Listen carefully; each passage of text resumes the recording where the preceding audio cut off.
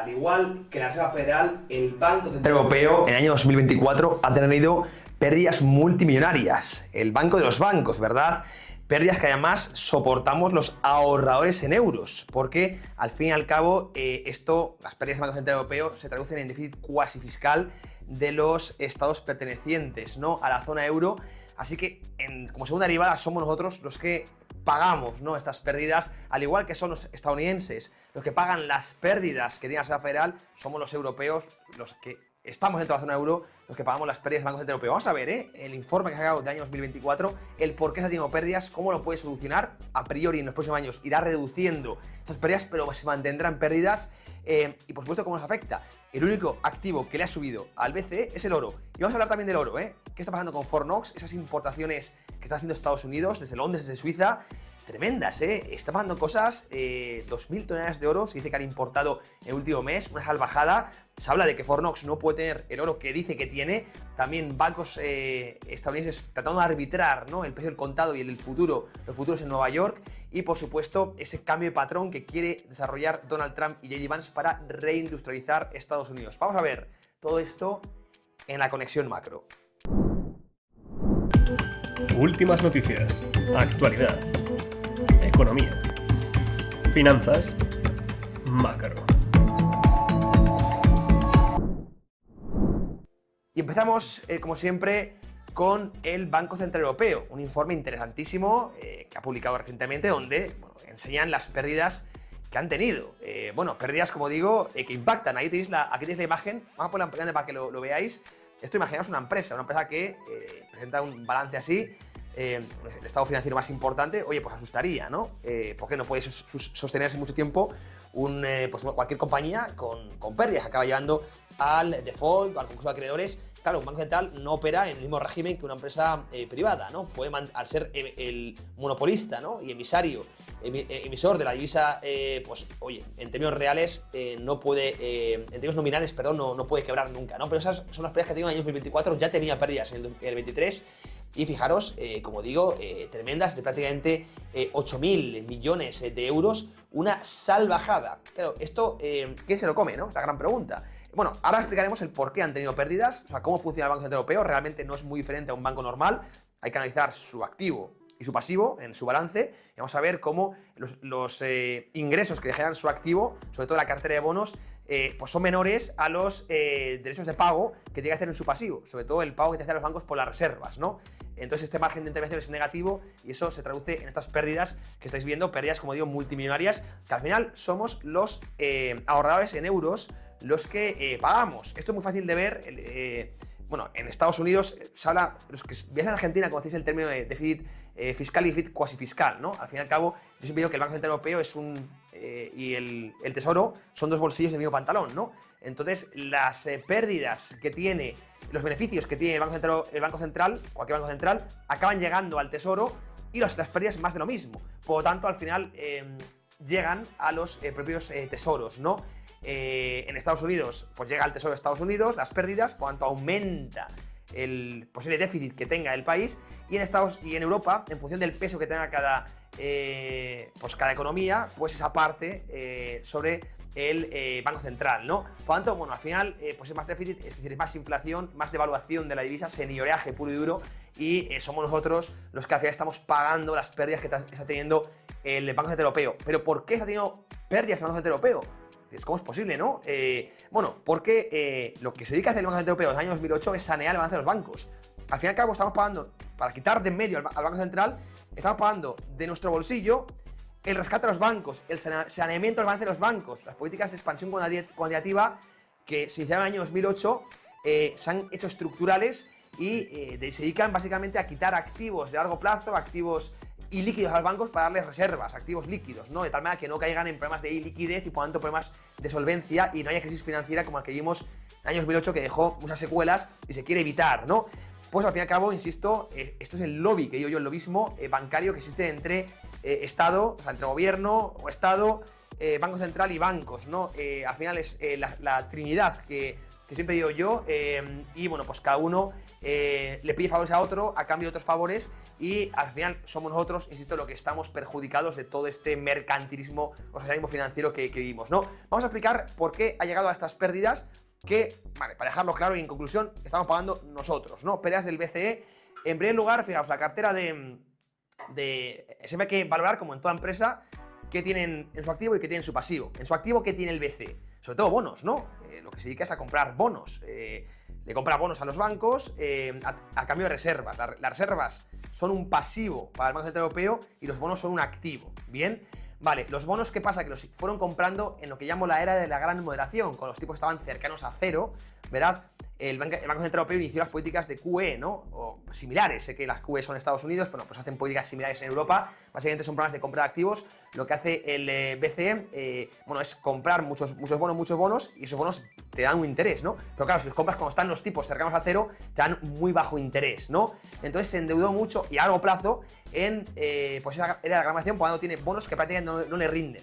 Entonces, también tiene algo de oro en el activo, pero son sobre todo bonos que le rinden, también bonos soberanos y también bonos corporativos, también fue comprando, para que lo digan que el Banco Central Europeo no interviene en la economía. Hombre, si tú estás comprando bonos a Telefónica o a las eléctricas y no a otras empresas, estás diciendo a dedo a quién financias y a quién no. Eso es intervenir directamente en la economía, pero eso es otro debate. Pero bueno, claro que los bancos centrales manipulan, distorsionan el libre mercado. Desde luego que lo hacen, ¿no? Pero insisto, esto sería debate para otro espacio. Ahora quiero entender un poco que en su activo tienen bonos que rinden poco, porque los compraron en una época donde estaban cercanos a 0%. Entonces, bueno, pues igual le dan en agregado en torno al 1, 1,5%, muy poco interés en el activo. Sin embargo, en su pasivo, ¿qué tienen los bancos centrales? Sobre todo tienen las reservas bancarias, ¿bien?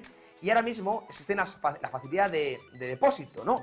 Lo que hacen los bancos con el exceso de reservas que tienen es depositarlas en el Banco Central Europeo a cambio de interés. Entonces, el Banco Central Europeo tiene que pagarles un interés a los bancos por ese exceso de reservas que depositan en el propio Banco Central. ¿A qué interés? Ahora mismo, pues como han subido mucho los tipos de interés, pues son intereses que tienen que pagar por encima de lo que reciben en activo.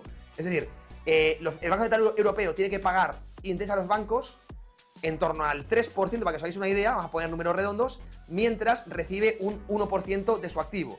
Vale, hay que pagar por su pasivo un 3%, mientras recibes un 1%, margen de integración negativo, pagas más de lo que recibes, eso es, en términos generales, pues ya sabéis, ¿no?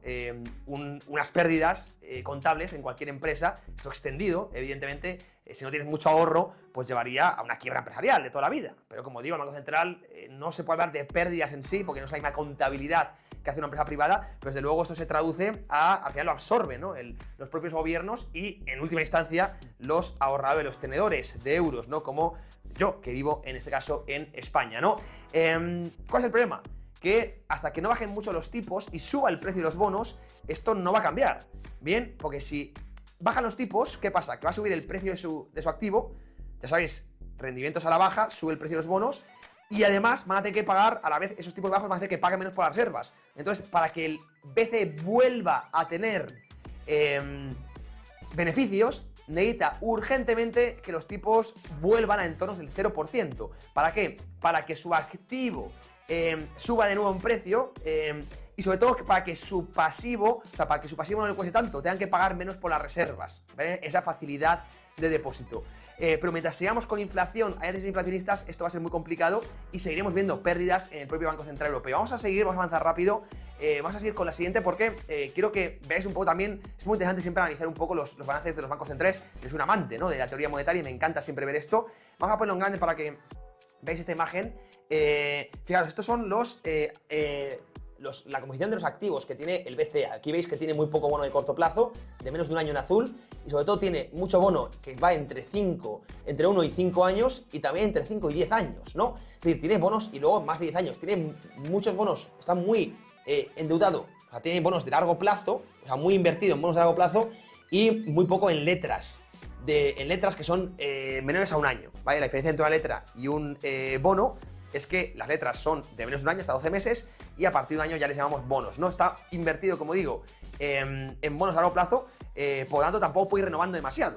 que es el gran problema, ¿no? Entonces está como esclavizado con esos bonos que le dan muy poco interés y mientras tenga que seguir pagando mucho para reservas, pues va a estar, como digo, en esta situación de pérdidas. Habíamos visto, creo que en la anterior imagen, no sé si la siguiente, vamos a poner la siguiente para que veáis un poco los activos que tiene, porque afortunadamente el Banco Central tiene poco, pero tiene oro, le queda algo de oro. Vamos a verlo, vamos a ponerlo en grande y es lo que ha paliado un poco las pérdidas. El Banco Central Europeo, aparte de bonos, también tiene oro y divisas extranjeras, ¿no? Aquí lo vais a ver en esta imagen que es muy interesante. El oro es lo que más le ha subido, es decir, no ha variado las tendencias de oro, pero se ha variado el precio del oro. Por lo tanto, ahí lo veis en azul, pues evidentemente su oro, pues le ha dado, en la parte del activo, le ha dado beneficios, ¿no? En tema del precio, también, por ejemplo, tiene dólares, que algo le ha subido, pero por ejemplo el yen, también tiene yenes, eso le ha caído mucho. El yen, sabéis que es la divisa que en el año 2024 más se devaluó, el yen, ¿no? Por lo tanto, bueno, es verdad que tiene el oro, le ha compensado un poco las pérdidas, pero claro, otras divisas que tiene como reservas, pues dólares algo le ha dado, pero sobre todo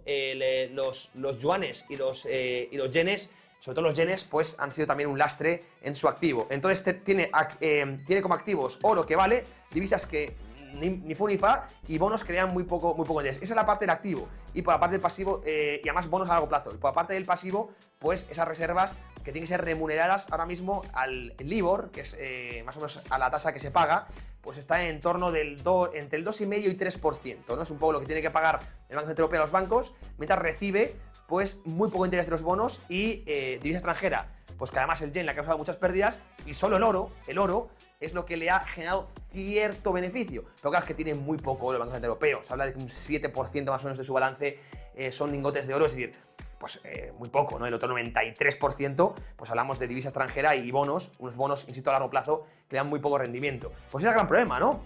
Pues al final, esto en cualquier empresa hablaríamos de una mala gestión de riesgos, porque tienes un activo a largo plazo que te genera poco interés y un pasivo a corto plazo, las reservas, que hay que pagar mucho interés por ellas. Esto es un margen de integración terrorífico y un descalce de plazos muy mal hecho. Claro que el Banco Central Europeo no es un organismo que se dedique a ganar dinero, no tiene ese ánimo de lucro como puede tener cualquier empresa privada. Se ha dedicado básicamente a sanear a los bancos para evitar crisis financiera. Porque al final, en todo esto lo que hacemos es, sí, saneamos, evitamos crisis financiera, evitamos colapsos de los bancos, a cambio de nosotros dilapidar básicamente el poder adquisitivo de nuestra divisa. Es decir, somos nosotros los ciudadanos los que estamos al fin y al cabo rescatando a los bancos.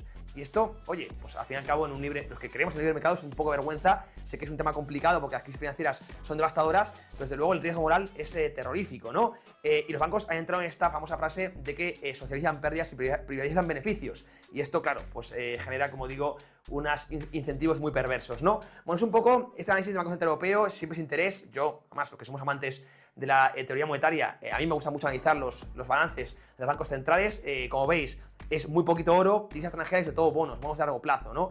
Claro, pues eso ahora mismo es un balance que, imaginaos una cartera de inversión, ¿no? Que bueno, para que os hagáis una idea, imagínate que es vuestra cartera de inversión, ¿no? Vuestro portfolio, pues os ha dado poco rendimiento, pero sin embargo vuestros gastos pues han ido aumentando. Pues oye, aquí se genera un desajuste que te lleva a tener pérdidas y, bueno, pues así está, ¿no? Hemos hablado del oro, como el único activo que le ha salvado un poco el trasero al Banco Central Europeo. ¿Qué pasa con el oro? Estamos viendo todos lo que es noticias de Fornox, parece Elon Musk lo va a auditar porque se especula con que no existe ese oro que se dice, es decir, puede haber problemas muy gordos. De hecho hay mucha retirada de los bancos de oro de Londres, mucha importación hacia Estados Unidos, no solo de Londres, también desde Suiza.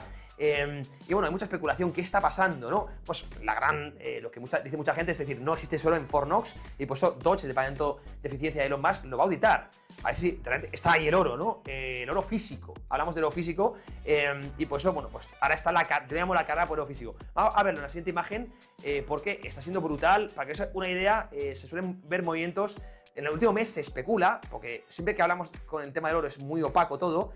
Se especula que el último mes ha habido unas importaciones por parte de Estados Unidos de 2.000 toneladas de oro. Esto, bueno, en términos nominales, y eso, José, es mucho poco. Por lo general, el COME suele mover unas 10 toneladas de oro al mes. Al mes, unas 10 toneladas. Pues hemos visto importaciones de 2.000 toneladas. Es decir, los bancos de Estados Unidos están importando a masas forzadas oro, quizá porque no se fíen de que exista ese oro y por tanto, oye, el último que llegue se va a comer aquí la tostada. Eso es lo que muchos analistas dicen. Yo creo que hay más factores, evidentemente. Y aquí, vamos a ponerlo en grande antes de seguir, porque aquí se ve que también se habla mucho de los bancos de Londres, que están teniendo retrasos en las entregas, además, pero también en Suiza, Claro, en Suiza también, ahí lo veis, las importaciones, o las exportaciones de Suiza de oro a Estados Unidos, pues han alcanzado también niveles récords. Estados Unidos está haciendo acopio de oro, de su oro. Claro, aquí yo también os hago una pregunta. ¿A qué creéis que se debe? Pues como digo, son muchos factores. En primer lugar, la incertidumbre, ¿no? Si realmente hay tanto oro físico como se dice. Esto parece evidentemente que no, que en las bóvedas hay un porcentaje que no existe. Esto ya lo denunció, o lo han denunciado muchos analistas. De hecho, se multó en su día también a JP Morgan por esa manipulación del oro papel. Has hecho pues mucha reserva fraccionaria, para que nos entendamos.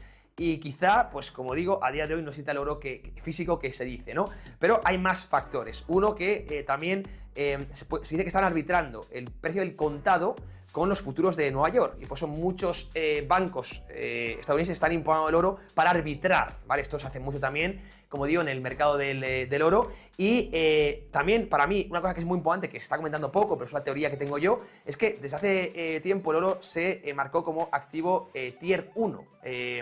Entonces los bancos centrales hemos visto que pueden tener en su activo, pueden tener bonos, que son Tier 1 también, para respaldar su divisa. El Banco Central Europeo para respaldar las reservas, o sea, para respaldar los euros, pues hemos visto que tiene oro, que tiene bonos o que tiene otras divisas extranjeras, ¿verdad? Bien, por ejemplo, el Banco Central de Japón, que tiene pues muchos dólares para respaldar el yen, ¿no? Pero ahora mismo el oro, al igual que las treasuries, es Tier 1. Tier 1 es como de máxima calidad, para que os hagáis una idea, ¿no? Entonces muchos, sobre todo Estados Unidos, lo que está haciendo ahora mismo es comprar oro para aumentar sus tenencias en la Reserva Federal. Bien, y así ir quitando peso al dólar como activo de reserva. Hemos hablado mucho aquí en Trading Pro, de hecho tenéis varios vídeos en el canal que los podéis ver, de cómo Estados Unidos está tratando de cambiar ese orden mundial. Estados Unidos, desde la Segunda Guerra Mundial, ha habido como consumidor neto.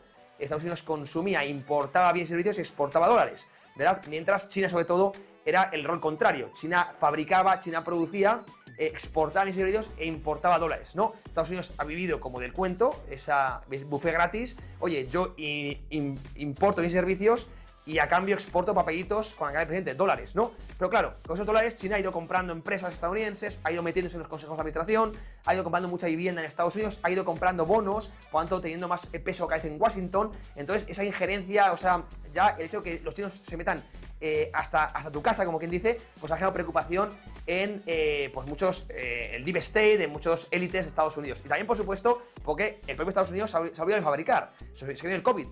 Era incapaz de Estados Unidos de producir los bienes y servicios necesarios para hacer frente a la pandemia, ¿no? Dependían de China. Y eso también dejó secuelas y Estados Unidos quiere volver a ser autosuficiente, ¿no? Es la obsesión de Donald Trump y el vicepresidente. Cuidado, J.D. Vance, que es un vicepresidente que va a dar mucho que hablar, porque bueno, ya ha tenido muchos titulares, mucho más, un rol más importante que hemos visto a otros vicepresidentes, ¿no? Y el rol, claro, es, oye, vamos a reindustrializar. Para eso, ¿qué tenemos que hacer?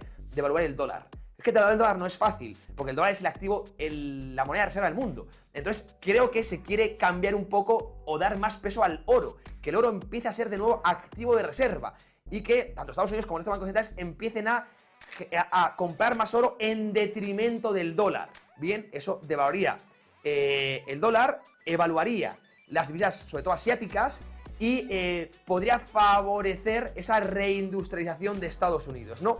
Y por eso puede estar dándonos este movimiento de esas brutales, de esa carrera por el oro físico, esas importaciones tan bestiales de Estados Unidos, para cambiar un poco ese rol del dólar como activo de reserva, que seguirá siendo esa reserva, pero desde luego con menos peso, en favor de que gane ese peso el oro. Y creo que para mí es la aplicación más clara, porque Donald Trump ha sido muy específico. Hay que reindustrializar Estados Unidos. Estados Unidos tiene que volver a fabricar. También por ahí van los aranceles, que por cierto es el último gran factor.